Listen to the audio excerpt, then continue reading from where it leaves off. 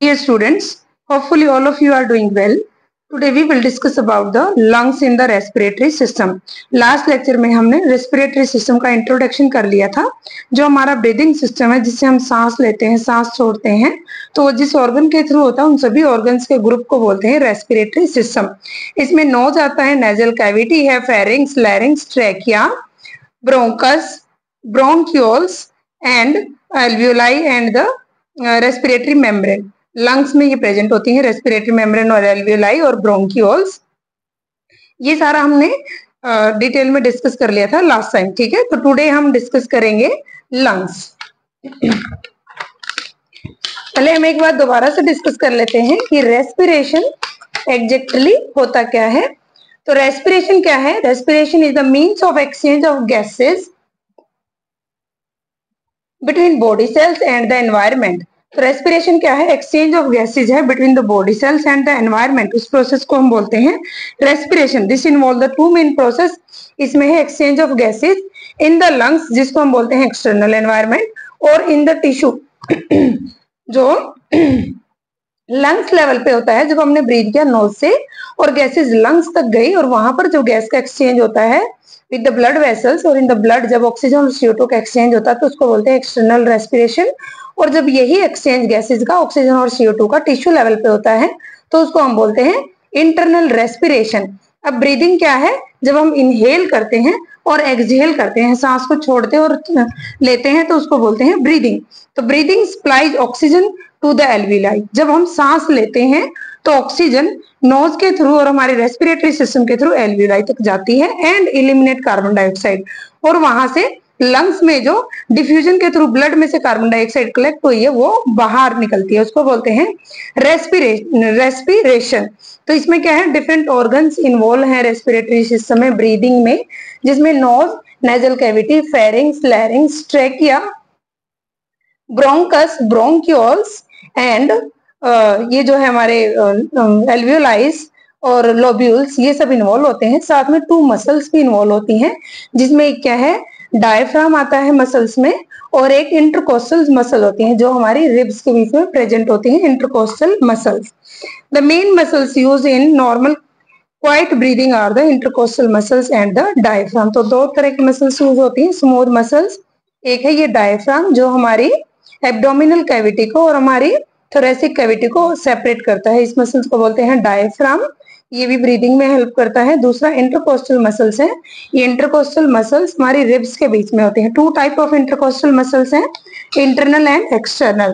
तो intercostal muscles, there are 11 pair of intercostal muscles that occupy the space between the 12 pair of ribs. हमें पता है कि हमारी 12 रिब्स होती हैं, तो उनके बीच में 12 पेयर ऑफ रिब्स प्रेजेंट होती हैं. उनके बीच में 11 pairs of intercostal muscle present होती हैं. 2 टाइप हैं, एक्सटर्नल इंटरकोस्टल मसल्स और internal intercostal muscle. These extend downward and forward from the lower border of the ribs above to the upper border of the ribs down. तो ये क्या करती हैं?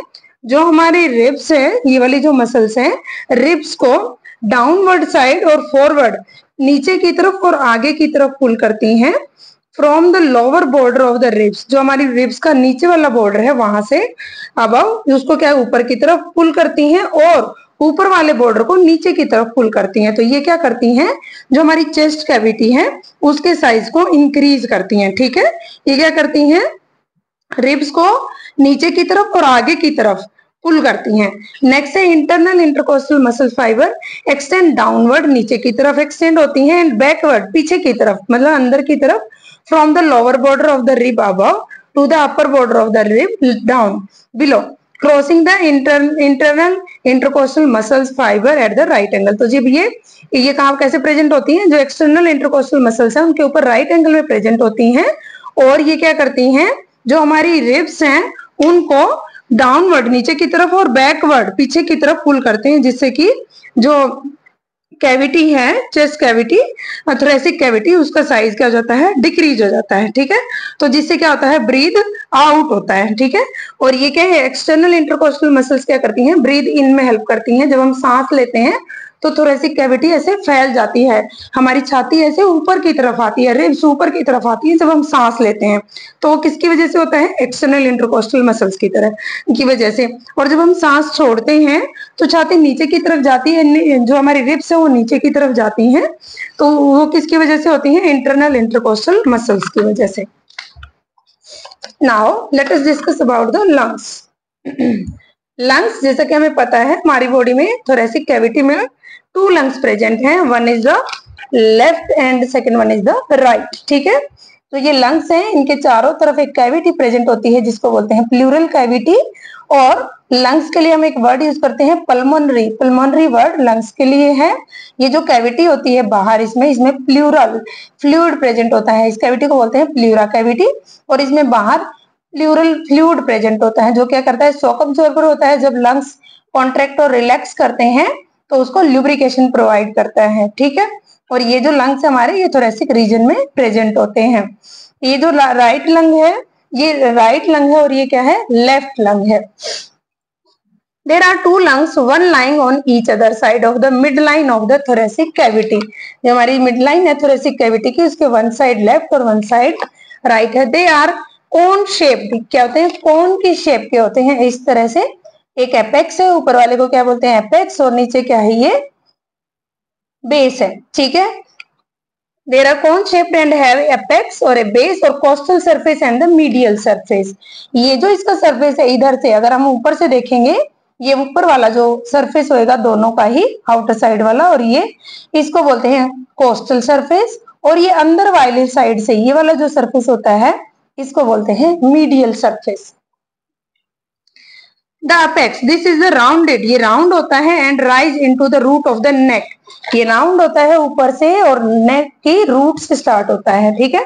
About 12 mm about the level of the middle third of the clavicle. जो हमारी जो clavicle bone होती है उसके मिडिल थर्ड से about the level of the middle third of the clavicle, जो हमारी क्लेविकल है उसके मिडिल थर्ड से थोड़ा सा ऊपर होता है। The base, this is the concave. Base क्या होता है हमारा, कनकेव होता है, सेमी ल्यूनर इन शेप, ठीक है।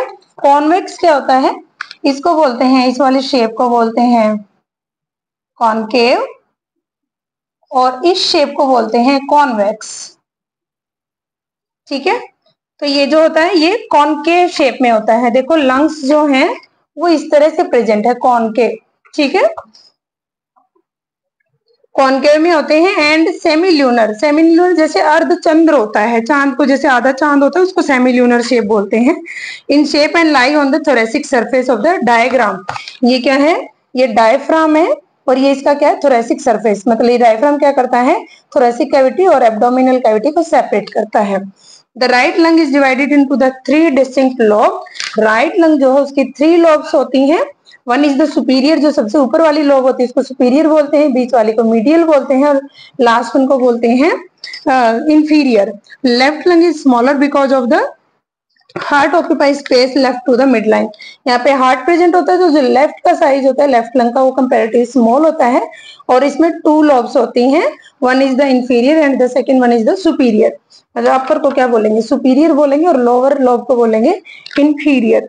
Next is the pleura and the pleural cavity. It consists of the closed sac of the serous membrane which contain a small amount of the serous fluid. जो lungs होते हैं इनके surround में क्या होती है, एक कैविटी प्रेजेंट होती है, इसको बोलते हैं सीरस कैविटी, और इसमें जो फ्लूइड प्रेजेंट होता है उसको बोलते हैं सीरस फ्लूइड। ये देखिए लंग्स है, ये लेफ्ट लंग्स है, ये राइट, और ये लेफ्ट लंग 2 लॉब्स में, ये सुपीरियर लॉब है इसकी, ये इंफीरियर लॉब है, ठीक है।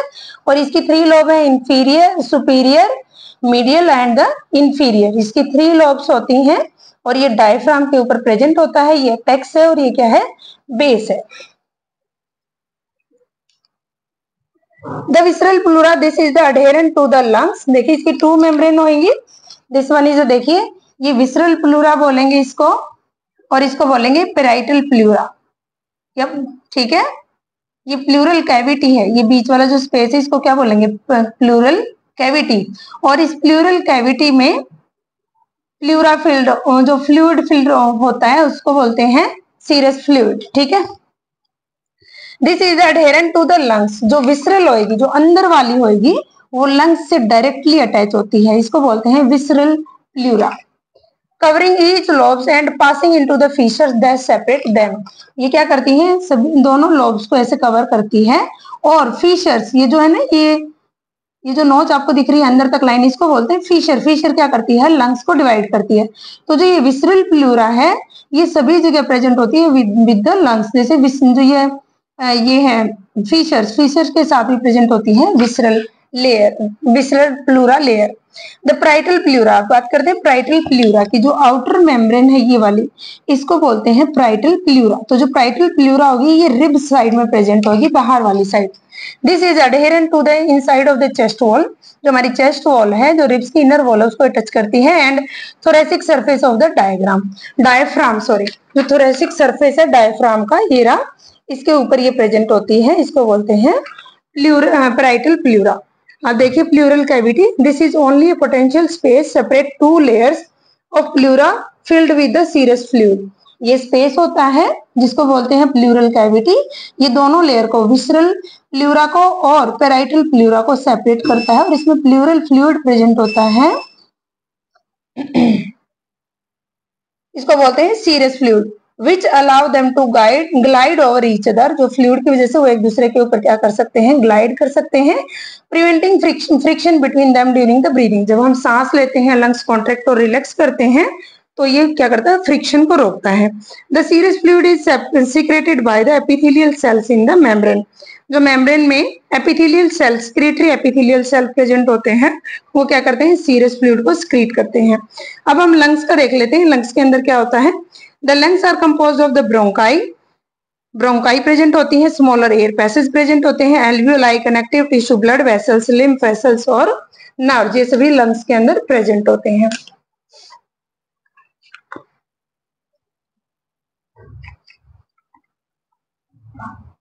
ठीक है, जैसे कि ये देखिए लंग्स हैं, ये क्या है, लोबुलर ब्रोंकस है, हमने यहाँ तक देख लिया था, ट्रैकिया तक, और ये क्या है, ब्रोंकस, ठीक है, ये क्या है, राइट ब्रोंकस और ये लेफ्ट ब्रोंकस। उसके बाद जब राइट ब्रोंकस आगे डिवाइड होता है तो लोअर ब्रोंकस में डिवाइड होता है, लोअर ब्रोंकस आगे सेगमेंटल ब्रोंकस में, और जो सेगमेंटल ब्रोंकस है वो आगे ब्रोंकियल कार्टिलेज इसमें प्रेजेंट होती है, और ये आगे ब्रोंक्यूल्स में डिवाइड होता है सेगमेंटल ब्रोंकस।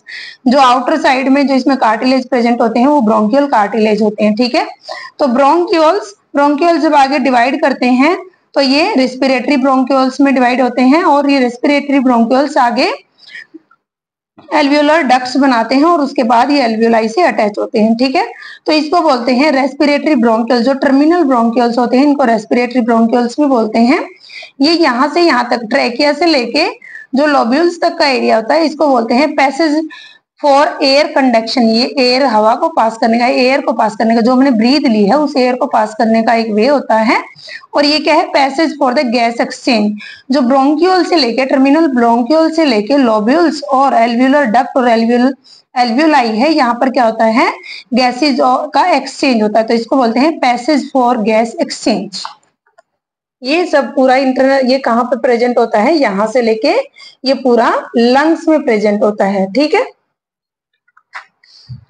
नेक्स्ट है pulmonary blood supply. Pulmonary trunk divided into the right and left pulmonary artery. ये देखिए पल्मोनरी है, ये लेफ्ट पल्मोनरी आर्टरी और राइट पल्मोनरी आर्टरी। हार्ट में से पल्मोनरी ब्लड ऐसे डिवाइड हो जाता है, लेफ्ट साइड और राइट साइड, ठीक है। Which transport deoxygenated blood to the each lung. तो हार्ट में से डीऑक्सीजनेटेड ब्लड कहाँ जाता है, लंग्स में आ जाता है। The exchange of gases between air in the alveoli and the blood in the capillaries takes place across these two very fine membrane called the respiratory membrane. जब यहाँ पे डीऑक्सीजनेटेड ब्लड लंग्स में आ जाता है, लंग्स में से कहाँ चला जाता है, एल्वियोलाई में। और यहाँ पे एल्वियोलाई के बाहर क्या होती है, ब्लड वेसल्स प्रेजेंट होती हैं, जिनकी क्या होती है, सिंगल मेम्ब्रेनस एपिथेलियम टिश्यू से बनी होती है ब्लड वेसल्स की सिंगल मेम्ब्रेन, और एल्वियोलाई की भी मेम्ब्रेन एपिथेलियम टिश्यू से बनी होती है। तो जो गैसेस का एक्सचेंज होता है वो इजीली हो जाता है, तो इसको बोलते हैं रेस्पिरेटरी मेम्ब्रेन। जो एल्वियोलाई की मेम्ब्रेन होती है और जो यहाँ पर इस पोजीशन पे ब्लड वेसल की मेम्ब्रेन होती है, कंबाइनली उनको हम बोलते हैं respiratory membrane. The pulmonary capillary join up, pulmonary capillary क्या करती हैं, ज्वाइन करती हैं अगेन, यहाँ से जो ब्लड वेसल्स लेके चली हैं पल्मोनरी कैपिलरीज, जो यहाँ से आई थी पल्मोनरी आर्टरीज, तो यहाँ पे पल्मोनरी कैपिलरीज की फॉर्म में वो क्या करती है, कंबाइन करती हैं, पल्मोनरी वेन्स बनाती हैं कंबाइन होकर, और फिर ये पल्मोनरी वेन्स कहाँ चली जाती हैं, अगेन लेफ्ट और राइट पल्मोनरी वेन कहाँ चली जाती है, अगेन हार्ट में चली जाती हैं, ठीक है। The pulmonary capillary join up forming two pulmonary vein in each lung and carries oxygenated blood to the left atrium of the heart. Next है bronchi and bronchioles. Bronchi and bronchioles क्या होते हैं, क्या इनमें डिफरेंस है। Right bronchus ये क्या है, राइट ब्रोंकस है, और ये क्या है, लेफ्ट ब्रोंकस है, ठीक है। ये देखिए ये राइट ब्रोंकस है यहाँ पे, और ये लेफ्ट ब्रोंकस है, जो लेफ्ट लंग में, सॉरी ये राइट ब्रोंकस है, ये लेफ्ट ब्रोंकस है, जो लेफ्ट लंग में जाता है लेफ्ट ब्रोंकस, जो राइट में जाएगा वो राइट ब्रोंकस है। तो राइट ब्रोंकस क्या होता है, वाइडर होता है, चौड़ा होता है, शॉर्टर स्मॉल होता है, and more vertical than the left bronchus, ठीक है। लेफ्ट ब्रोंकस क्या होता है, नैरो और होता है देन द राइट इससे नैरो होता है। More likely to become obstructed by the inhaled foreign body, अगर कोई फॉरेन पार्टिकल इनहेल हो जाता है तो बहुत जल्दी ऑब्स्ट्रक्टेड हो जाता है, ठीक है। इसकी लेंथ होती है 2.5 सेंटीमीटर लॉन्ग, एंड इसकी लेंथ होती है लेफ्ट ब्रोंकस की 5 centimetre long. After entering the lungs at the hilum it divided into the branches 1 to each lobe. तो ये क्या करता है, जब ये यहाँ से लंग्स में हीलम, ये वाला जो पॉइंट है जहां पर ब्रोंक्यूल्स लंग्स में एंटर करते हैं, इस पॉइंट को बोलते हैं हीलम। तो जो लेफ्ट में जाता है वो 2 में डिवाइड हो जाता है, क्योंकि लेफ्ट लंग की कितनी लोब होती है, 2 लोब होती है, तो एक पार्ट एक लोब में जाएगा, दूसरा पार्ट दूसरी लोब में। अगर राइट की बात करें तो ये इसकी 3 लोब्स होती हैं, तो ये 3 में डिवाइड हो जाता है, ठीक है। यहाँ पे देखो राइट में 3 लोब्स है, तो ये 3 में डिवाइड है, divide into the 3 branches each lobe, subdivided into the membrane smaller branches. और आगे जाके क्या होता है, प्रोग्रेसिवली आगे और मेम्ब्रेन में और ब्रांचेस में क्या करता है, सब डिवाइड हो जाता है up to the alveolar duct तक, ठीक है। This is also each branch is then subdivided into the progressively small tube within the lung substances. Next one क्या है, function control of air entry. ये करते हैं एयर की एंट्री को कंट्रोल करते हैं by contraction and relaxation of the involuntary muscles in their walls. तो यहाँ वॉल्स में क्या प्रेजेंट होती हैं, इनवॉलेंट्री मसल्स प्रेजेंट होती हैं, जो क्या करती है, कॉन्ट्रैक्ट और रिलैक्स करती हैं, और जितनी एयर को वो अलाउ करती हैं उतनी ही एयर एंटर कर पाती हैं। It regulate volume of the air entering the lungs. तो इसके साथ ही क्या करते हैं, जितना वॉल्यूम चाहिए होता है उतने ही वॉल्यूम को अलाउ करते हैं। वार्म करते हैं, जो एयर एंटर करी है उसको वार्म करते हैं, और ह्यूमिडिफाई करते हैं। स्पोर्ट प्रोवाइड करते हैं according to the temperature, body के टेम्परेचर के अकॉर्डिंग उसके टेम्परेचर को मेंटेन करते हैं। पोटेंसी इनका काम है। Removal of the particulate matter, अगर कोई पार्टिकल एंटर कर जाता है ब्रीदिंग के टाइम पे या ब्रीदिंग थ्रू द ब्रीदिंग, तो ये क्या करते हैं, पार्टिकुलर मैटर को फिल्टर करते हैं, रिमूव करते हैं।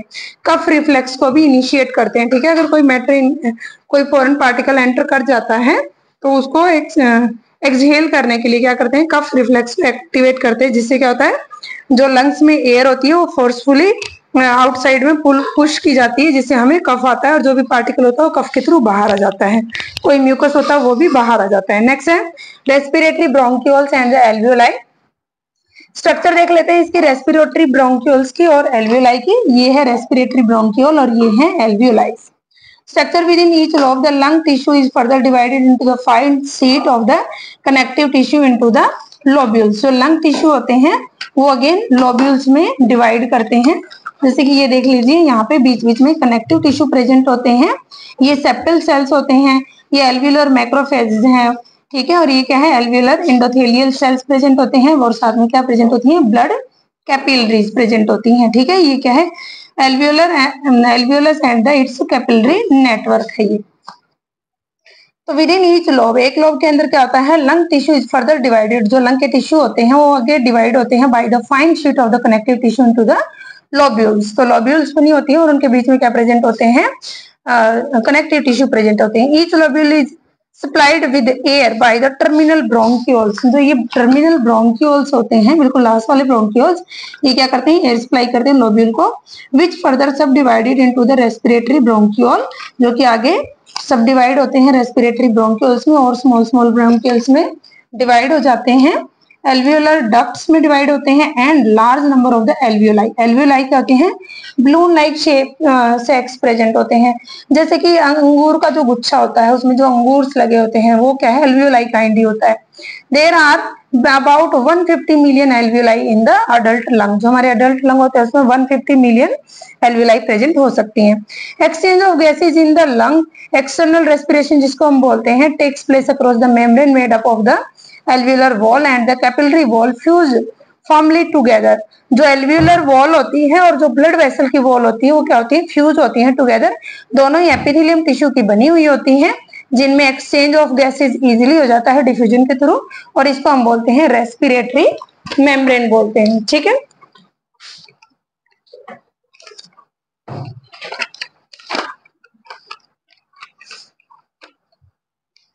तो ये हमने कर लिया है इंटरकॉस्टल मसल। ये देखिए जैसे कि ये लंग्स है और ये एल्वियोलाई प्रेजेंट है। ठीक है, ये देखिए कि एल्वियोलाई का स्ट्रक्चर है पूरा। ये कैपिलरीज प्रेजेंट होती है, ये क्या है? ब्लड कैपिलरीज प्रेजेंट है। ये एल्वियोलर डक्ट है। Venules to the pulmonary veins, ये वेन्यूल्स हैं जो पल्मोनरी वेन तक जाते हैं कलेक्ट होकर। ब्लड, ऑक्सीजनेटेड ब्लड यहाँ से जा रहा है, डीऑक्सीजनेटेड ब्लड ये लंग्स में आया है। ठीक है, ये इलास्टिक फाइबर होता है और ये सब क्या प्रेजेंट है? यहाँ पे एल्वियोलाई प्रेजेंट है। ठीक है, तो यहाँ पे क्या होता है? एक्सचेंज ऑफ गैसेज होता है। डिफ्यूजन के थ्रू ब्लड वेसल्स में ऑक्सीजन एक्सचेंज होती है और CO2 एक्सचेंज होती है। ब्लड वेसल्स में CO2 का लेवल ज्यादा होता है तो वो डिफ्यूज होकर लंग्स में आ जाती है, और लंग्स में ऑक्सीजन का लेवल ज्यादा होता है तो वो डिफ्यूज होके ब्लड में आ जाती है, और यहाँ से ये ब्लड से कहाँ चली जाती है? हार्ट में चली जाती है। Again oxygenated blood, sorry deoxygenated blood heart में चला जाता है, और इस एक्सचेंज को बोलते हैं एक्सटर्नल रेस्पिरेशन। जब लंग्स से ऑक्सीजनेटेड ब्लड अदर टिश्यूज तक जाता है और टिश्यूज में मेटाबॉलिज्म के थ्रू जो ऑक्सीजन रिलीज होती है, जब ये जो ब्लड की ऑक्सीजन है ये ऑक्सीजन CO2 के साथ जब एक्सचेंज होती है टिश्यू लेवल पे या सेल लेवल पे हम कह सकते हैं, तो उसको बोलते हैं इंटरनल रेस्पिरेशन। ठीक है, तो होपफुली आपको ये समझ आ गया होगा। अगर कोई डाउट हो तो आप हमें कमेंट बॉक्स में कमेंट कर सकते हैं, और नेक्स्ट में हम एक्सचेंज ऑफ गैसेज कैसे होगा टिश्यू लेवल पे वो हम नेक्स्ट टॉपिक में नेक्स्ट लेक्चर में डिस्कस करेंगे। अभी हम उसका थोड़ा सा ओवरव्यू आपको दे देते हैं। जैसे क्या है उसमें exchange of gases, exchange of gases जो एक्सटर्नल रेस्पिरेशन है और इंटरनल रेस्पिरेशन है वो कैसे होगा ये हम नेक्स्ट वीडियो में डिस्कस कर लेंगे in the detail. Thank you so much. अगर कोई डाउट हो तो आप कमेंट बॉक्स में कमेंट कर लें, और नोट्स के लिए आप डिस्क्रिप्शन बॉक्स में जो लिंक दिया है वहां से आप नोट्स को डाउनलोड कर लें। Thank you.